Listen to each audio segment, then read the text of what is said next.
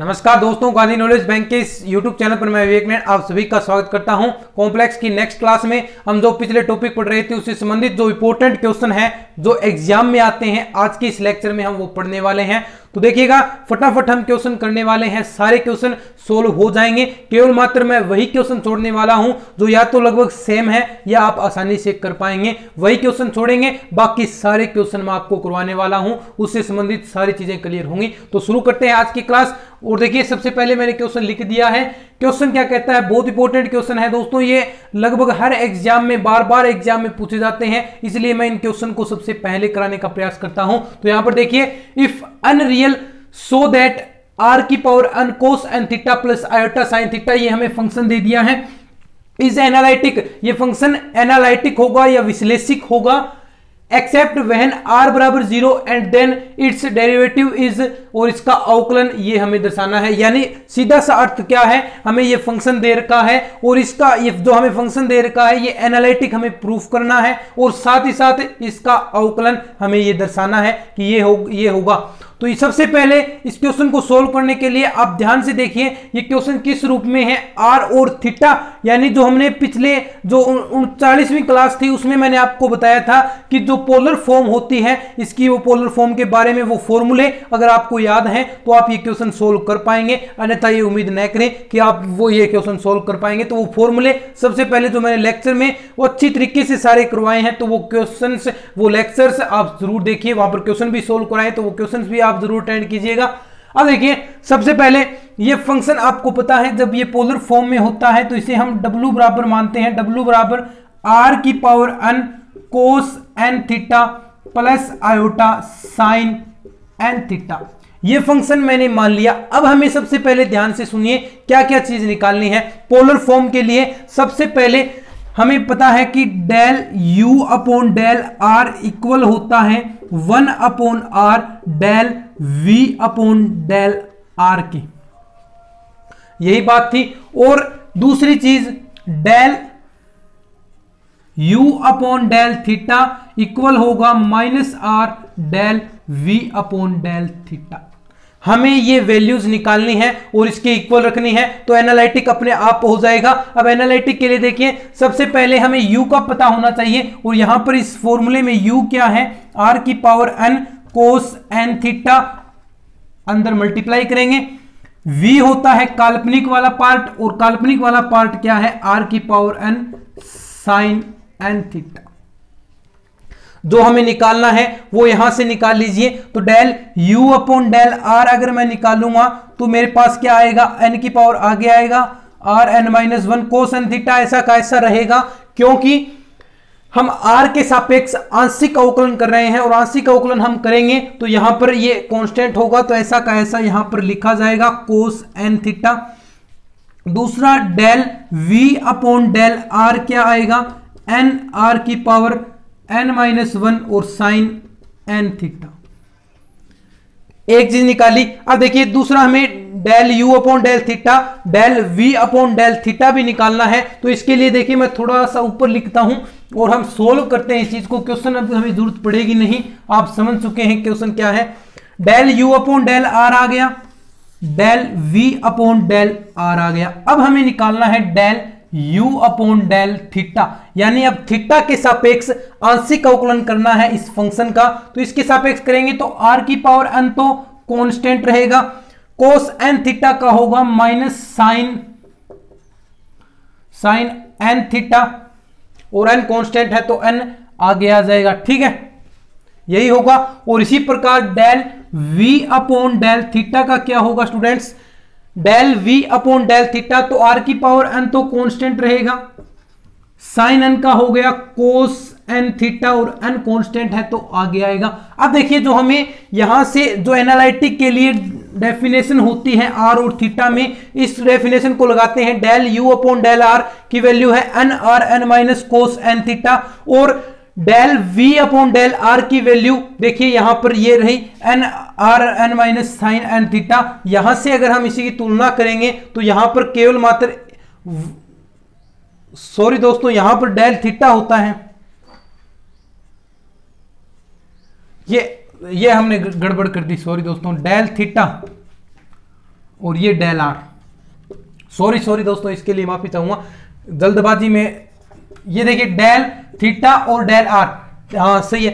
Del theta, यहां पर del theta del V upon del theta, इसकी तुलना इसके साथ होगी del V upon del theta. तो यहां पर 1 अपॉन आर की कमी है, जिस प्रकार जो हमें फॉर्मूला है। तो ये दोनों value del U upon del R equal है किसके, del V upon del theta के। पहली शर्त इसकी कंप्लीट। और दूसरी है del V upon del U upon del theta वाली। तो ये रही del U upon theta, minus है फॉर्मूले में, माइनस भी यहां पर भी है। और del V upon del theta ये वाला पार्ट रहा। तो सेम टू सेम यही ऐसी की ऐसी कंडीशन यहां पर होगी, del U upon del theta minus are del V upon del are.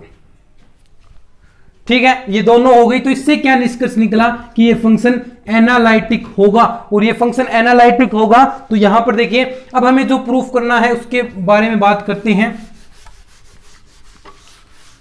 एक चीज तो हो गई एनालिटिक फंक्शन, अब इसका अवकलन जो निकालना है वो इंपॉर्टेंट है। और वो कैसे निकलेगा, यहां से देखिए, यहां से हमें निकालना है डी डब्ल्यू, यहां लिख देते हैं D W upon D Z.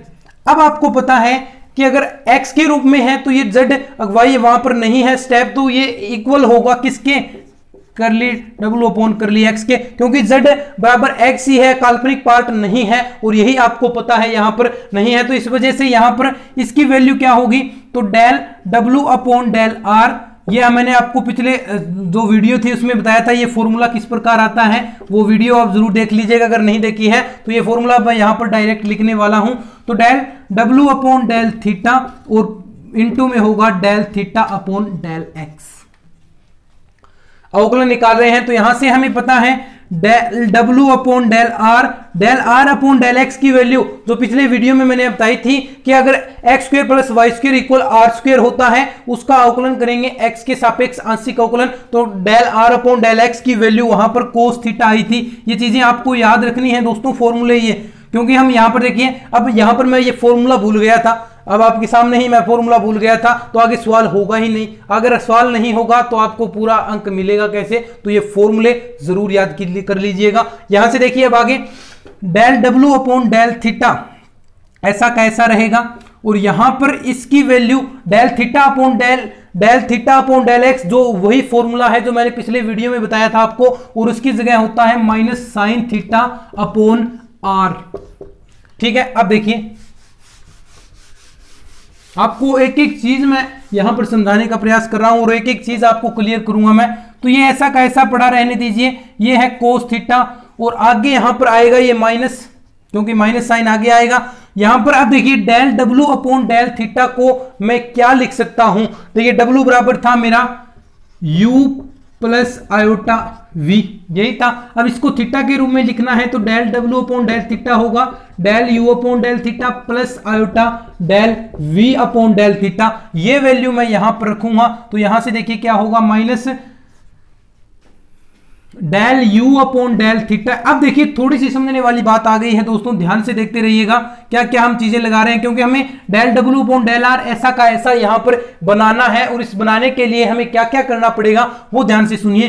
Del u upon del theta plus iota del v upon del theta, और इनटू में है साइन थीटा अपॉन आर। ठीक है, ये साफ कर देता हूं। अब देखिए, अब यहां से ध्यान से देखिए, del u upon del theta plus iota del v upon del theta की जगह हम क्या रख सकते हैं। अब देखिए del u upon del theta की जगह हमने जो ध्रुवीय रूपांतरण में हमने पढ़ा था, del u upon del theta की जगह minus are del v upon del r रख सकते हैं, और del v upon del theta की जगह del v upon del theta की जगह हम क्या रख सकते हैं दोस्तों, r del v upon del theta, क्योंकि जो फॉर्मूला होता है मेरे पास del u upon del r upon 1 upon r del v upon del theta. यहां से del v upon del theta की वैल्यू यहां पर पुट करते हैं, तो यहां से देखिए del w upon del r cos theta minus del u upon del theta की value minus r del v upon del r plus iota, और यहां से del v upon del theta की वैल्यू आ जाएगी प्लस आयोटा यहां पर बचेगा, और r डेल v अपॉन, और साइन थीटा इनटू में है ही दोस्तों साइन थीटा अपॉन r। अब देखिए, अब आपको पता है दोस्तों कि हमें इसे del W upon del R में बदलना चाहें, इस चीज को हम इस रूप में कन्वर्ट करना चाहेंगे तो इस रूप में क्या आएगा, del U upon del R plus iota del V upon del R, ऐसा आना चाहिए। और ऐसा इसको बनाने के लिए मुझे यहां पर देखिए -1 है इंटू में, और -1 किसकी वैल्यू होती है, आयोटा स्क्वायर की, तो यहां पर मैं आयोटा स्क्वायर की मल्टीप्लाई कर सकता हूं और फिर आयोटा कॉमन निकालता हूं तो ये पार्ट मेरा रियल हो जाएगा, क्योंकि u हमेशा रियल होगा और v क्या होगा, इमेजिनरी पार्ट होगा। तो इसके लिए हमें यहां पर इस आयोटा को हटाना पड़ेगा। तो इसके लिए देखिए del W upon del are cos theta minus iota square, यहां पर मैं लिखूंगा -1 की जगह, क्योंकि आयोटा स्क्वायर की वैल्यू होती है -1, और यहां पर मैं आयोटा स्क्वायर की जगह रखूंगा -1 की जगह आयोटा स्क्वायर, और आयोटा एक आयोटा 2 है तो एक आयोटा मैं बाहर निकाल लूंगा। तो यहां पर क्या बचेगा, ये यहां पर लिखूंगा तो del U upon del R, और आर भी मैं कॉमन निकाल लेता हूं, और प्लस बचेगा iota del V upon del R, और इनटू में साइन थीटा अपॉन आर, एक आर से एक आर कैंसिल हो गया। ये वाला पार्ट बन गया मेरा del upon del r, del W upon del r, तो del W upon del are cos theta minus ये हो गया डेल डब्ल्यू साइन थीटा। ठीक है दोस्तों, तो यहां से ये मेरा पार्ट बन गया, और यहां से मैं ये कॉमन निकाल सकता हूं, क्या, डेल डब्ल्यू मैं कॉमन निकालूंगा, del W upon del r, तो cos theta minus iota sine theta, और यहां से del W upon del are की वैल्यू क्या आएगी, आपको पता है डब्ल्यू बराबर था, डब्ल्यू बराबर फंक्शन क्या था, हमें क्या दिया हुआ था, हाँ, आर की power n cos n theta plus iota sine n theta. यहां से del W upon del are की वैल्यू निकालूं मैं तो n r n-1 और cos n theta plus iota sine n theta, हमें ये वाला पार्ट मिल जाएगा। और यहां से ये वाला पार्ट मैं यहां पर रख दूंगा, तो cos theta minus iota sine theta into में होगा n r की power n-1 sorry n r की पावर n-1 कोस n theta plus iota sine n theta. और यहां से देखिए, और ये वाला पार्ट देखिए, यहां पर दोनों मल्टीप्लाई है तो कोस n-1 थीटा हो जाएगा और ये साइन n-1 थीटा हो जाएगा। और जो हमें अवकलन प्रूफ करना था उसका del W upon del Z, वो हमारे सामने आ गया, यही हमें प्रूफ करना था। और यही हमें कहा गया था कि एनालिटिक है और हमें अवकलन दर्शाना है। तो पहला क्वेश्चन हो गया। अब दूसरा मैं फटा देखिए जल्दी से बता देता हूं क्या है।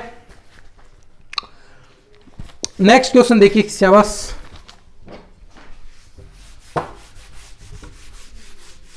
ये देखिए दोस्तों जल्दी से मैं बता देता हूं आपको, कुछ हिंट दे दूंगा इस क्वेश्चन की क्या है।